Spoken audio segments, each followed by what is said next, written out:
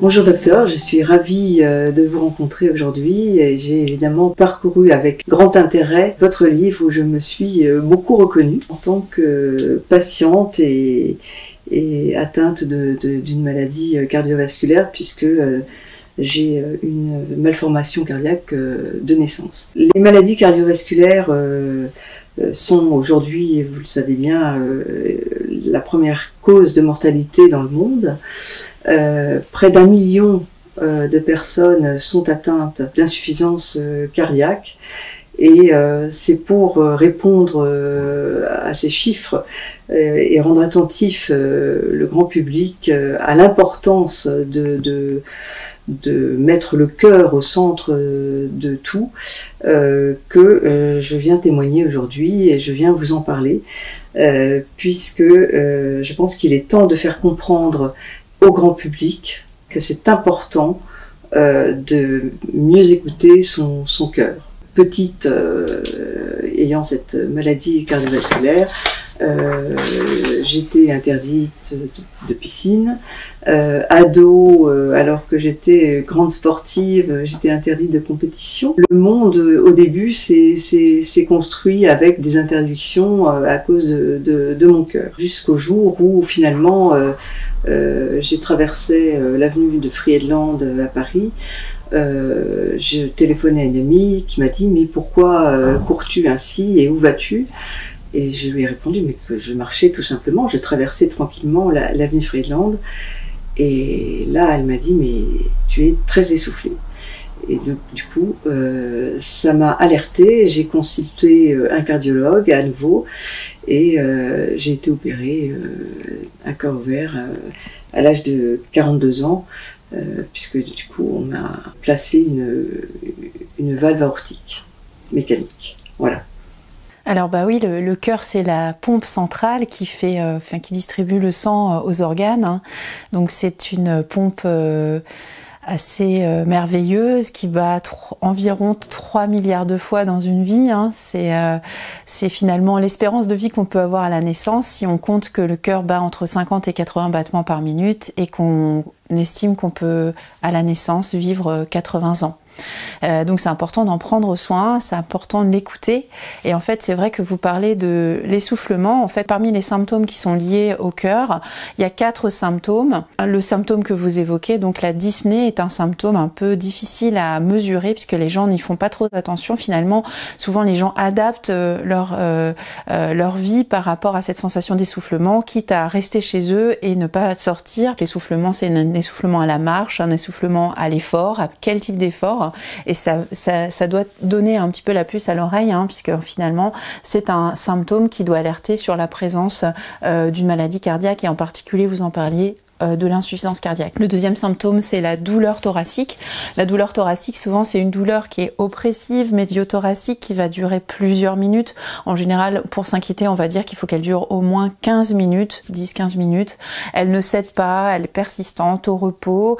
On s'allonge, on s'assoit, ça ne passe pas. Et en fait, c'est important d'appeler les secours, hein, de pas bouger, mais par contre, appeler les pompiers ou appeler le SAMU si cette douleur thoracique intense ne passe pas au bout de 15 minutes.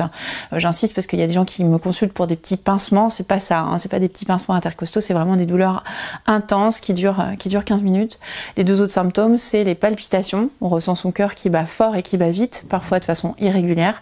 Et le 4e, c'est la syncope, le fait de perdre connaissance. Ça, c'est pareil, c'est un symptôme qui doit alerter.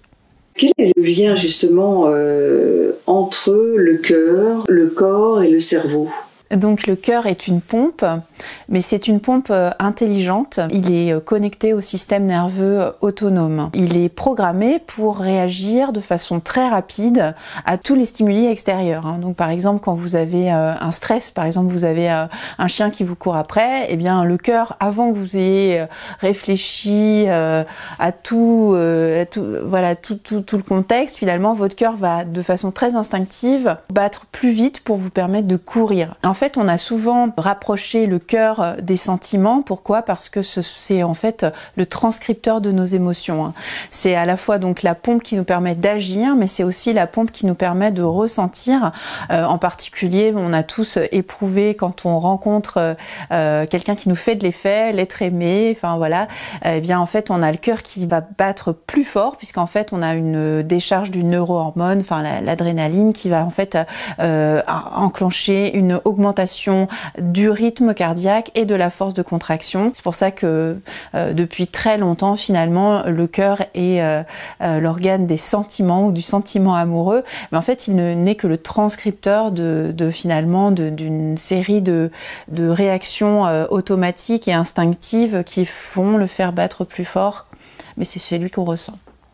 Avec ce cœur et mes problèmes de cœur aujourd'hui, la vie quand même est beaucoup plus compliquée. Lorsque, par exemple, on est malade, ou lorsque j'ai malheureusement eu un cancer, cœur et cancer, ça devient très très compliqué dans les traitements, puisque vous avez des traitements contre le cancer qui sont parfois incompatibles avec le traitement pour les maladies cardiovasculaires. Et là, je me suis souvent heurtée à des traitements compliqués.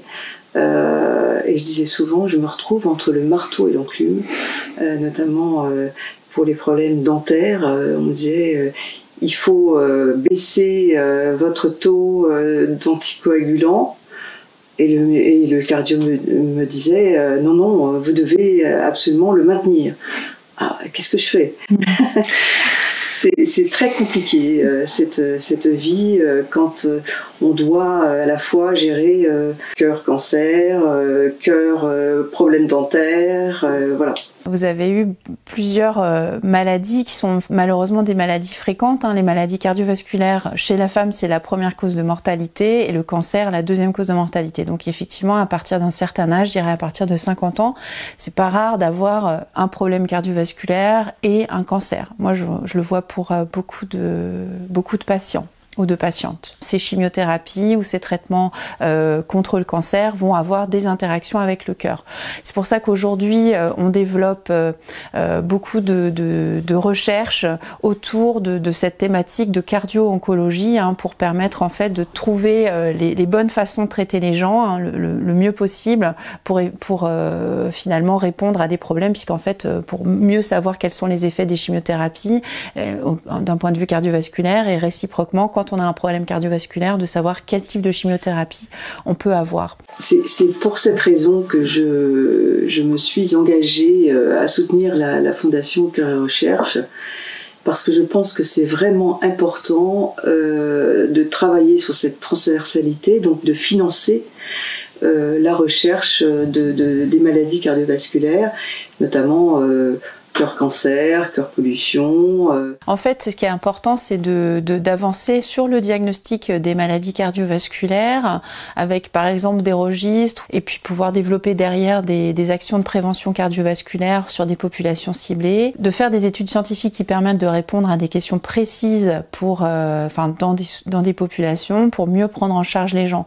Effectivement, sans moyens, on n'a pas de façon de faire de la recherche cardiovasculaire, donc c'est très important de soutenir la recherche cardiovasculaire par des dons, et la Fondation Cœur et Recherche est là pour aider cette recherche cardiovasculaire en France.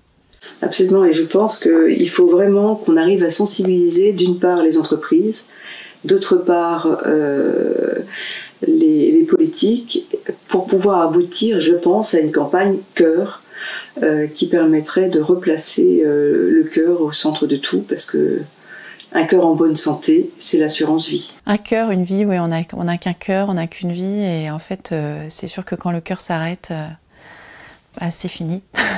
C'est le seul organe qui maintient justement. Quand le cœur s'arrête, il n'y a plus de vie. C'est très important de prendre soin de son cœur. Merci de ces précisions, docteur Emmanuel Berthelot. Merci Agnès.